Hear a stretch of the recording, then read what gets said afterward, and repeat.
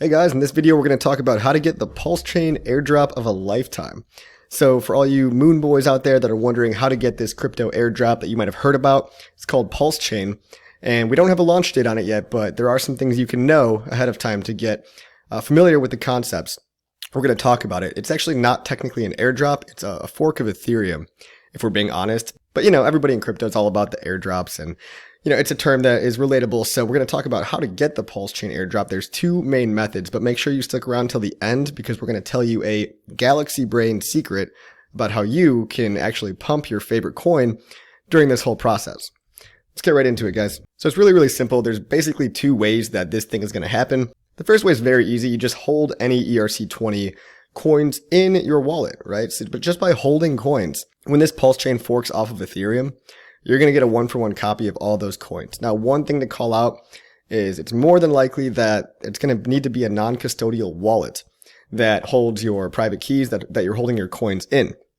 Now, that means you need to get your coins off of centralized exchanges because that's not non-custodial. Okay, custodial means somebody else holds your keys.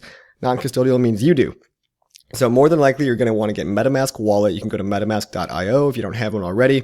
Or just make sure whatever Ethereum wallet that you're holding your coins in, make sure it supports having your own private keys and make sure it's not owned by a third party. Now, whenever this fork does occur, any coin that you had in your MetaMask wallet that's an ERC20 coin will simply just appear in your new PulseChain version of the wallet. Now, remember, this is an ETH fork, right? So it's only an airdrop of any Ethereum-based tokens. If you have tokens on Binance Smart Chain or some other Tron, I don't know why you would have coins over there, but those are not going to be copied, okay? Only Ethereum tokens. And if anybody didn't know, ERC20 just is another word for an Ethereum-based token or a token that lives on top of the Ethereum blockchain. So yeah, when you get the fork, it's just a one-to-one copy on whatever date that fork occurs. We don't know when that date's going to be yet, but you will just get a one-to-one copy. The answer to the next most obvious question is yes. If you have staked hex out there or if your tokens are locked in some other contract, all the contracts are being copied over, right? So you're still going to have access to those coins on those new contracts. Now, I can't say that for sure about every coin, but the big question is, well, do I have to have my hex staked or liquid? And it's like either one, guys, either one will work fine. You don't have to unstake your hex. If you have hex staked for 5 years, then you're going to get a version of that hex also staked for 5 years on the new PulseChain. Okay. So liquid hex, staked hex doesn't matter. Really, it's really simple, guys. It couldn't get more dumbed down than this. You just do nothing. You just hold the coins in your wallet, wherever they might be, staked or unstaked, and you will get a one-to-one copy of the ERC20 tokens in that wallet on the PulseChain. Now, the other method, the second method, is sacrificing a ERC20 coin for, let's call it token X, okay? The name is not important. Sacrificing means you do not get these coins back. So you'll have a period of time in the future, again, not sure when, to sacrifice one coin for token X. And there's going to be a whole list of coins. This is actually not necessarily only Ethereum coins. This might be, Bitcoin, Zcash, maybe even Ripple, maybe even some other coins. And it's most likely that it's going to be the coins with the biggest communities behind them. But that final list is to be determined. Anyway, when you sacrifice the coins, you do not get them back. So you have to have no expectations of profit from the work of others. That means it's a sacrifice, guys. That's literally the definition of sacrifice. You're giving these tokens away to then get a token called token X on the Ethereum blockchain. Like I just mentioned, the list of sacrificable coins is to be determined. So there is no final list yet, but I can show you a list, an idea of what they might be. Let's pull that up. So maybe on this random list of coins, a lot of these might not even make it, but things like Bitcoin, Wrapped Bitcoin, Ren BTC, US dollar coin, Uniswap, UNI, Link, DAI, USDT, Aave Maker, Dogecoin, Zcash. So again, you're seeing this is not only Ethereum tokens, right? This is stuff like Bcash, Zcash, Solana, DOT, AVAX. A lot of these things, I don't even know what they are. Filecoin, XRP. In my opinion, it'll be the coins with the biggest communities behind them because we want to give everybody an equal opportunity to get on over to a better system. That's going to be how that sacrifice period goes, and it'll likely last for a period of a couple of weeks. And finally, after you sacrifice your coins for the arbitrary X token, the reason that the X token doesn't matter is because it's going to be the conversion token for the Pulse tokens on the new chain. So when we go over to PulseChain, all the Ethereum are going to be switched over to Pulse tokens instead. And however much X you're able to buy through this sacrifice system is going to dictate however much Pulse you can then redeem them for. So a lot of uncertainties, but that's going to be basically how it goes.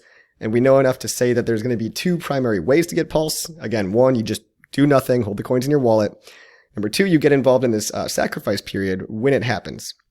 Now, your next obvious question is, well, when's it going to happen? When launch? When moon, boys? Nobody knows yet, all right? So I'll let you know when I know, or you'll probably find out from the Telegram channel. You can go to t.me/PulseChain.com, or you can go to PulseChain.com, or you can go to Hex.com and click on the link on the homepage right in front of your face.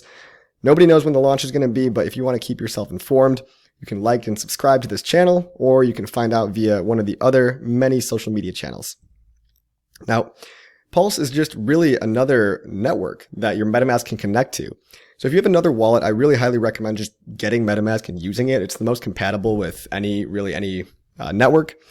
But you see, in this screenshot right here, I've got, the Ethereum mainnet, which is what is defaulted on your chain. But you can switch it to any other of these test networks or real networks like this Matic mainnet here.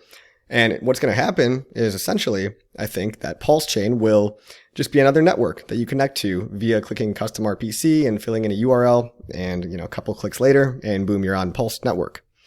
So there's just going to be two versions of every coin that exists now, that exist on Ethereum. There's going to be a Pulse version and an ETH version. So it's really quite simple. I mean, it's kind of hard to imagine, right? But yes, we are literally doubling everything. That's why we're calling it, some of us are calling it the airdrop of a lifetime. So for example, if you own Hex, that happens to be my favorite coin, you can now refer to these new copies as the ETH version of Hex or the Pulse version of Hex, or maybe for abbreviation purposes, we just want to call it eHex or pHex. Whatever we want to call it, we just have to differentiate that there's now Hex on the old ETH network and Hex on the new Pulse network. And again, the reason for Pulse is instantaneous transactions and borderline free as well, so cheap and fast, which is pretty much solving the primary problem of Ethereum right now. Ethereum is neither cheap nor fast, so it's really not working as intended, right? So PulseChain fixes all this. Now, thanks for sticking around to the end, because we're going to talk about a galaxy brain secret that only the really, really smart people like you get to know, all right? How to pump your favorite coin and get Pulse tokens in the process at the same time, right? Let's say you really like a coin and you want its price to go up. You should sacrifice it. Why do I say that? Your next response might be, well, why would I want to sacrifice my favorite coin? Well, okay, valid question. Let's say I really like Hex. Hex is my favorite coin, but I also own some Ethereum. Well, why would I sacrifice Hex? Why wouldn't I just sacrifice Ethereum to get that token X to then convert to Pulse? Well, rather than sacrifice ETH, why not just buy up the price of your favorite coin first and then convert that into token X? So with my ETH, I could sacrifice the ETH, or I could buy up the Hex price so the Hex price on the ETH chain goes up, and then I could sacrifice that Hex into the sacrifice address and get the ability to redeem more Pulse tokens. So that way the Hex price goes up on the ETH chain and you still get your Pulse. Crazy, right?